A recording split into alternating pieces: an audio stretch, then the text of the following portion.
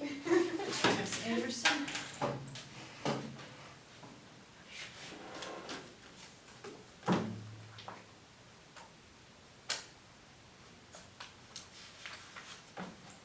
Where did you get your nails done? Nation Nails in Elwood.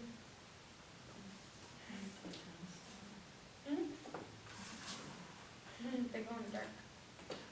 Stop. They do. It's pretty cool.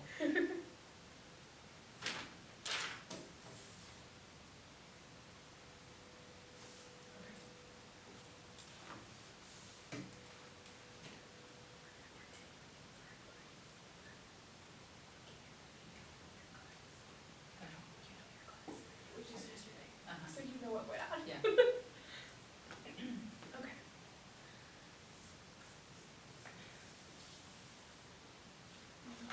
For entry part first. So, as you're watching the video,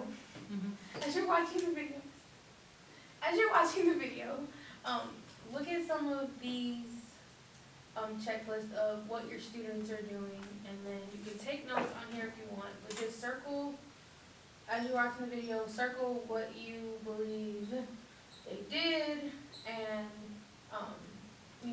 so for example, they were engaged in the learning, so were they super right on engaged in the learning for the most part, or not close, engaged in the learning as you're watching the video? Okay, yeah, I would say they were pretty close, actually. Interacted respectfully. With you and each other? Yeah, I don't think there was interaction yesterday, in the video with them. I think it's mostly just with me. Is that okay? Mhm. I think they're okay with that too. Talked about learning and improving. Well, I don't think they talked, no. Students are really, they didn't interrupt each other. High level, no.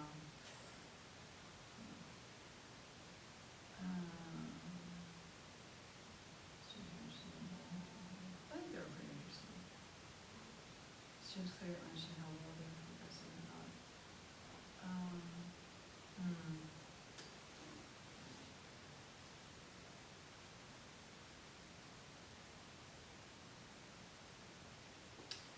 So we didn't have a chance to interrupt each other.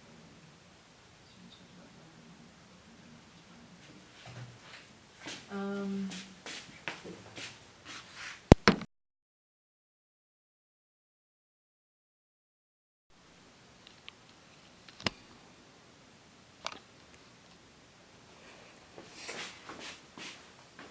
So,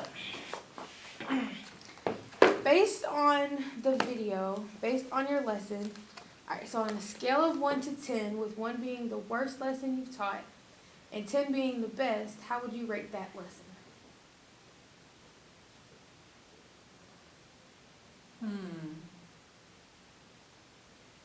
Well, there wasn't an essay component to it. It was just like direct answers. Do you need to come in? You can come in.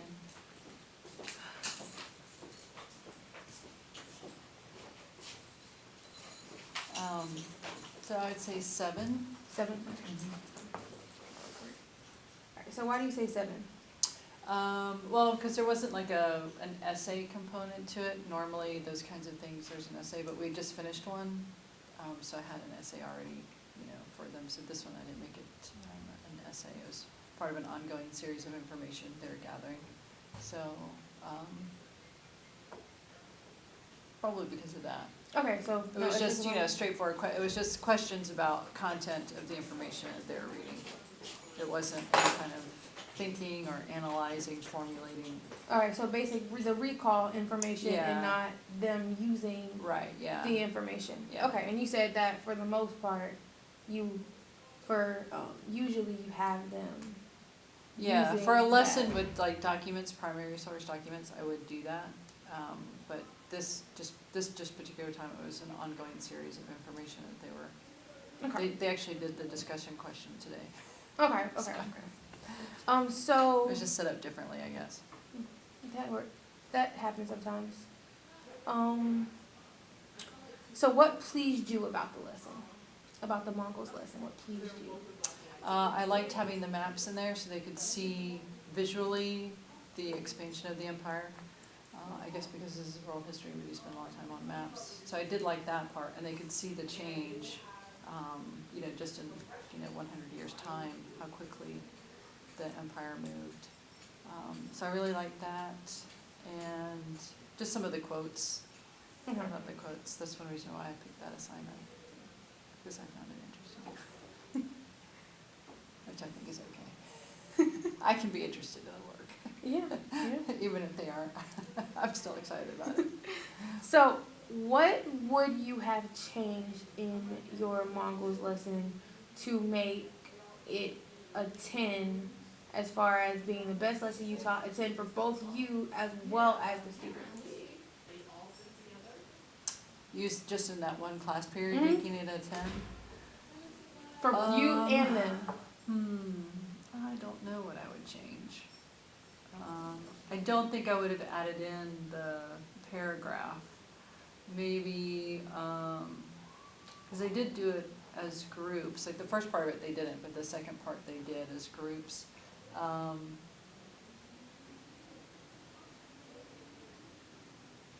Maybe having each group take a document and then present their information to the class. All right, so a jigsaw. Yeah. A jigsaw. Okay. That might be a way to improve that one.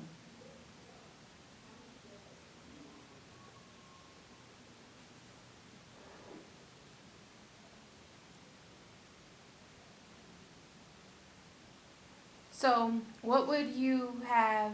So you already said for this answer the next question too. So what would your students be doing differently if your class, if that particular lesson was at a full, like the best lesson you ever taught?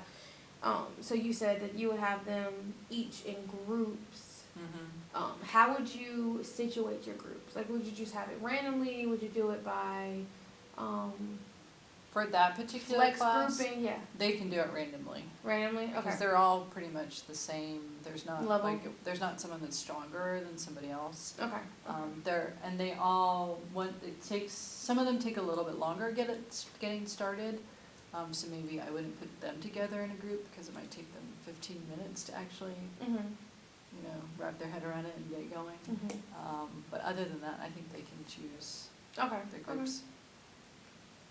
We've been in school long enough, I can kind of tell that they're Yeah, okay with. you can tell who Yeah. who is okay with who and who Yeah. definitely cannot sit next to each other.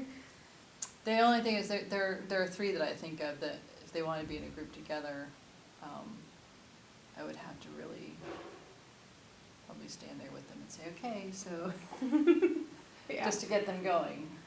Once they get going, they can do it, but just the How starting do part. you think, or what do you think that you could do to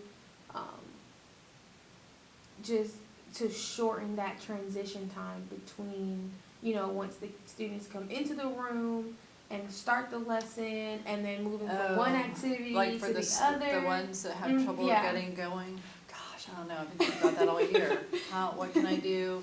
I've tried, as they walk in the door, you've got an opener, go ahead and get going. I've tried placing them in, different parts of the room so they're not chatting with each other. I really haven't discovered A way a that way could. other than me just standing there saying, did you get to that one? Are you on? Yeah, and that could be tiring. So I don't know if they're just used to that from me, and so they wait for it. That could be, yeah. They're just used to it, so they know, oh, nothing starts until she stands here. I don't know. So those students that take a while, the stragglers that take a while, to get on task, to get started, to get engaged in what y'all are doing, how much time do they waste before starting? Oh, I would say some of them waste 15 minutes. 15 minutes? Oh, yeah. So do they frequently not complete their assignments and then have to do it later? I wouldn't say frequently, but probably a good bit of the time, maybe half the time. Yeah, they're not finishing. They have to do it later. Okay. So would you say that would be them, cutting down on transitions? Would you say that is would that be a goal that you would want to achieve this school year? Oh, yeah, definitely. Definitely, because not only that class, I have another class that there are some students that just, it takes them It takes some time to gear up and, you know, get going. I mean, I have a few students that, you know, they need that specific invitation. Mm-hmm. Yeah, no, I have some too, but, yeah. As a group, I can, yeah, there's 2 classes I have that I know that there's 3 in each class that straggle behind. Okay. 15, I would say, yeah, at least 15 minutes Okay. for them. I believe I had that same, I think I had that same problem when I was in Gwinnett County. I think I had the same problem.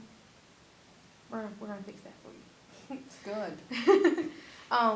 So this is kind of like a big open-ended question.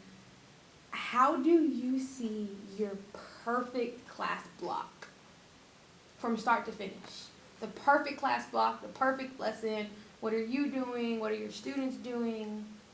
Oh, gosh. Perfect Students class. would come in and just open up their laptops and get right to the opener. They wouldn't say, we have an opener today. They would just know and get right to it.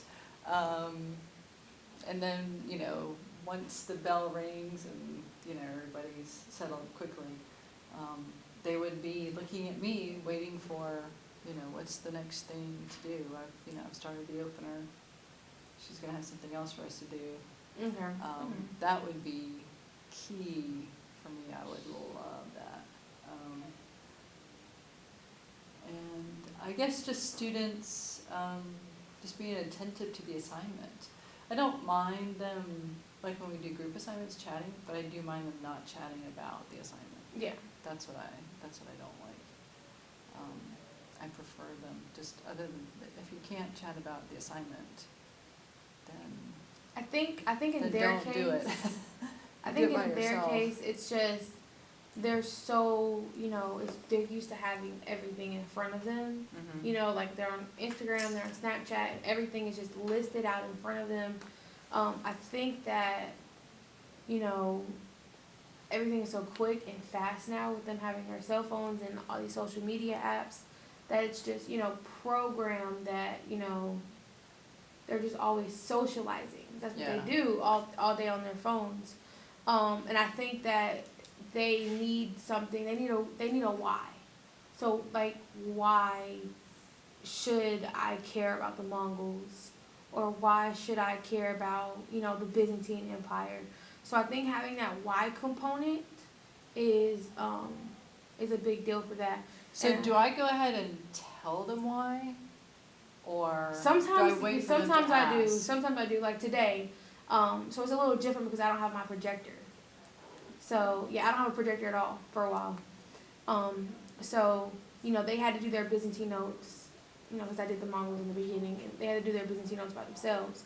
But I explained like the reason why we're talking about the Byzantine Empire. I was like, all right, raise your hand if you're Catholic. Like, okay, so your religion started right here, what we're talking about now, and it gets them interested. And the fact that I'm going to talk about, one, religion, and I never talk about religion, and two, that it's a religion that means something to them. It connects in their brain. They're like, okay, well maybe this might be a little interesting. Mhm. So they need that why. So I do have a couple of ideas on how the whole transitions and that why piece that we can talk about during the next time we, you know, meet and observe and stuff. But do you have any questions or anything right now? I don't think so. It seems to be better when I hand out paper. Mm-hmm. That gets them. But if it's something I ask them to do On the you know, computer? all right, go to, even if it's like their opener and then number 2 assignment is right Mhm. below it, it's still, Okay. it seems better if it's paper. Yeah, I mine don't are know like why. that too. I don't know if it's because they have something in their hand. They're like, oh, Yeah, it's a I've got to turn this tangible- in. Yeah, they're like, it's a tangible thing that has to get turned You know, in. it could be the same thing on the Or- laptop, yeah, but but it's it'll make 7 things or 8 click better minutes before they- on here. How do you think, so would you like the cutting of transitions to be your goal for this? Oh, I would love it, yeah, because I can see that helping in every single class. Mm-hmm. I mean, there's 2 classes that, Need it the most? Yeah. Okay. And mine are too, because for certain classes, I take longer to do certain things. So that was a goal of mine as well. So how do you think that you can measure, I mean, that time is time, but what do you think that you can gain? What do you think the students could gain for the students? What do you think they could gain from cutting down transition? Not just, them being able to complete the assignment and turn it in, but what do you think that they can gain in this class by cutting their transition time in half? just the sense of accomplishment, Mm-hmm. Sense of accomplishment. and not catching up, I guess, to what Okay. other students are doing. And there's a lot of repeating of,